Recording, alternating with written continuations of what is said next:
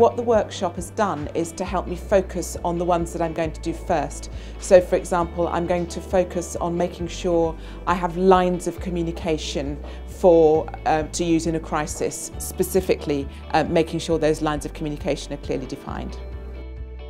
The most important thing is to remember activists are shareholders, just like BlackRock and Legal & General and Schroders.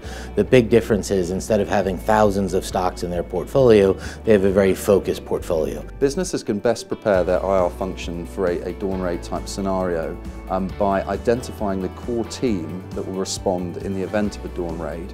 That will comprise of management, the communications function, the IR function, the external and internal legal functions, and ensuring that all of that core team are properly briefed on the risks that present themselves in the event of a dawn raid, and that also that core team communications channels are open and are identified in advance.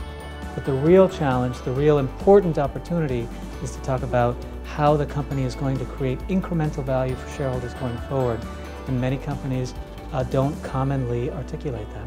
The Larry Fink letter got a lot of exposure in the market, and even before that letter came out we were seeing a lot more engagement in 2018 wanting to go on corporate governance roadshows. So running that in line with their investor roadshows, they then go and speak to BlackRock, Fidelity, the corporate governance guys, the middle office, because they really have the sway in answering votes and filling out those proxy forms. So yes, we are seeing a lot more engagement.